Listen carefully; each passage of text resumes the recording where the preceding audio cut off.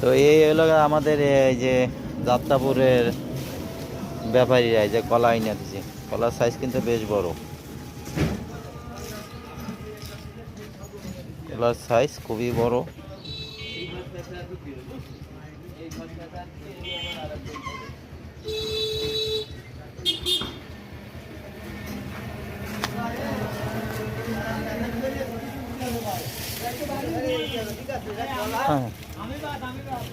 হ্যাঁ কলা বেশি দামে বিক্রি করতে যাবে জরিমানা করা না, এরা তো বেশি দামে কলা বিক্রি করে, আসলে বেশি দামে বিক্রি করে। রোজার মাস, অন্য অন্য রাষ্ট্রের ভিতরে রোজা এলে ছাড় দেয়, আর আমাকে বাংলাদেশে রোজা এলে দাম বাড়ায় দেয়।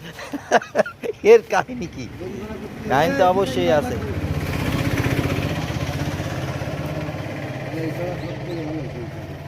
কি দামে বিক্রি হইতে পারে?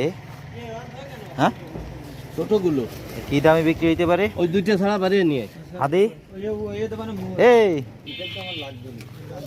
বলছি কি দামে বিক্রি হইতে পারে মাল? 400। কোন কোন নাকি কোন 400 টাকা পোন, তাহলে পার পিস পড়লো কত? 5 টাকার কাছাকাছি না প্রায়? লাগবে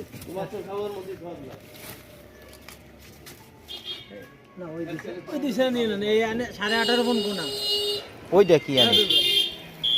ওইটা কি পয়সাটা কিনে আনিছো না এমনি নিয়ে আইছো? ওটা এই দিক দে ওই এক দাগে গুনা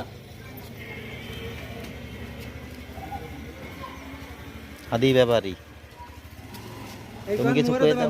আদি ব্যাপারী, আদি ব্যাপারীদের পোঙা মাছ ওইদারে এখন থেকে সাজানো হচ্ছে, কালকে যেহেতু শনিবার, আজকে শুক্রবার।